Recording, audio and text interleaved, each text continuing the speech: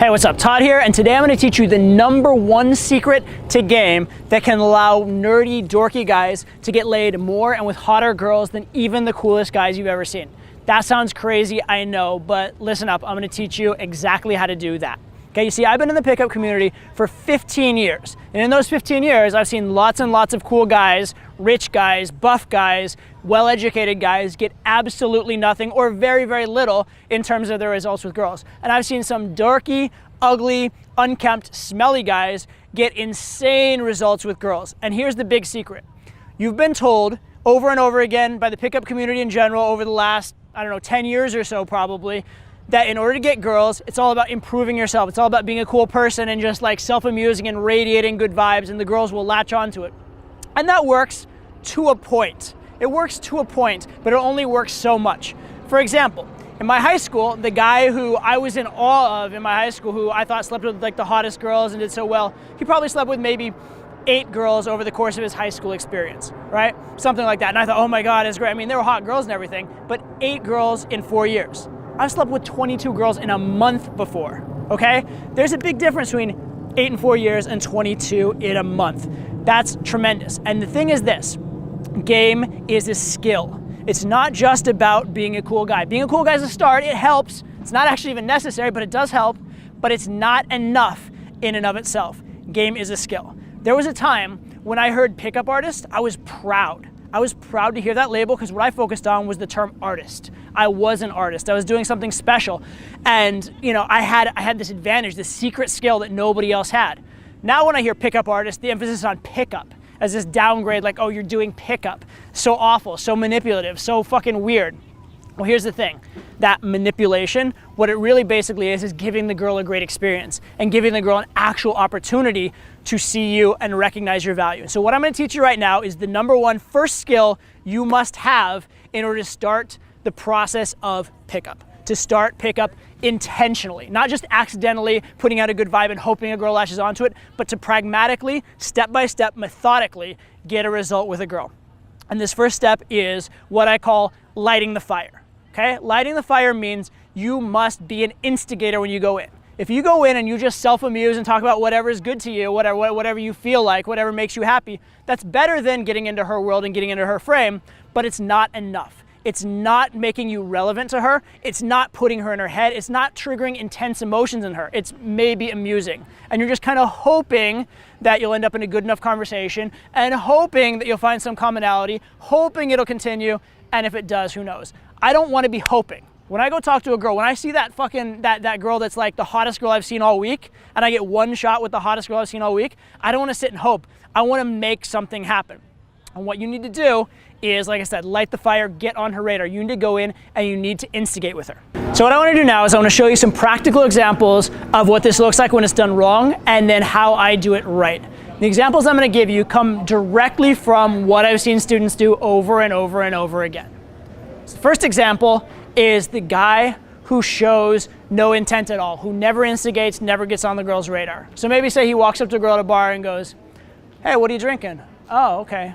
Cool, yeah, I'm new in town. I just came in here with, I just flew in today and, we're just enjoying the bar. I think it's pretty good. I'm here with my friends." "Yeah, I'm in the medical field. So yeah, I just got here. Yeah, so what do you do?" Okay, that's very, very, very typical. And the guy, he's kind of following the dictum of what he's been told. He goes in, makes statements instead of questions, right? He talks about his party, his life instead of getting into her party.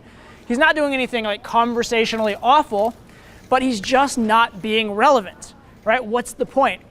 He's kind of like if you went to a car lot and you wanted to buy a car and the salesman for the first half hour refused to say the word car to you. And just wanted to find out about like how old your kids were and wanted to tell you like his fishing stories and stuff like that. You're like, at some point you're like, what's the point, bro? You're wasting my time. Where's this going?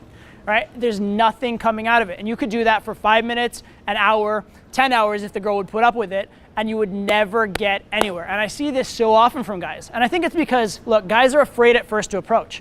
They're afraid to even do the walk over and approach. So they go over and they walk over and they feel proud of themselves. I did it. And then they do it in a way where they still don't take any risk, right? They're just trying to avoid a rejection, trying to avoid any risk.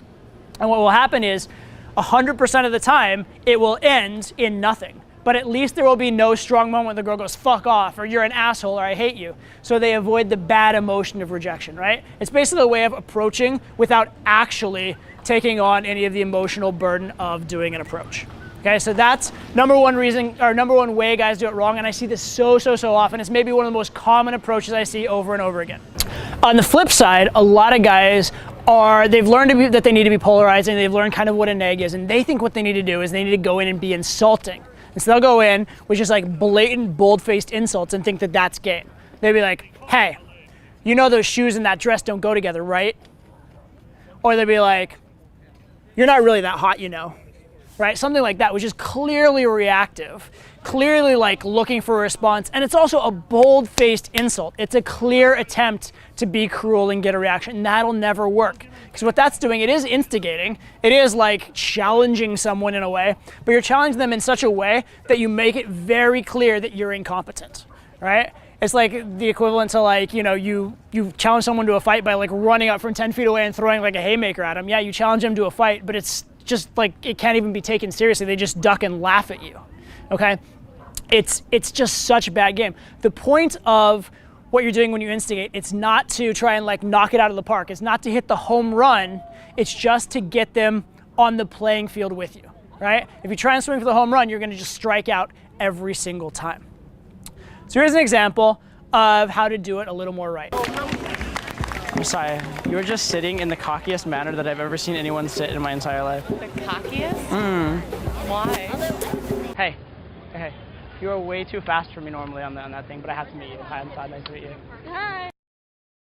You have the most adorably, like, sort of like flustered but innocent thing going on. I'm hot. So that's an example. All right, now, is that like knock it out of the park? Like she's gonna like be like, yes, please take me now. It's not like that, but it's enough. It's fun, it's playful, it's interesting, it conveys, I'm a man, you're a woman, I've come with a good vibe, I'm playful. It's enough that she's going to want to participate. She's not gonna be like, oh, I want to fuck this guy now because he said the perfect line. But she is gonna be like, this is interesting, this is intriguing, who is this? Who's this cocky guy who just walked up to me with that? Who like doesn't seem too affected, doesn't seem nervous, but also doesn't seem like he's trying very hard.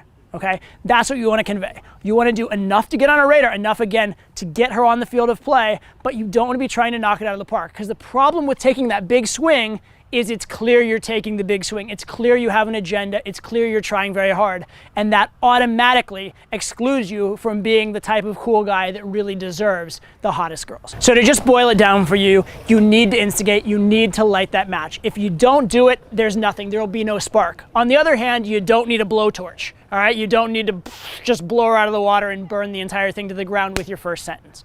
All right, so it's all about instigating in that right, playful way. And that's the first step to technical game. That's the first step to treating game as a skill and getting results in a very predictable, methodical way on your terms and when you want to. All right?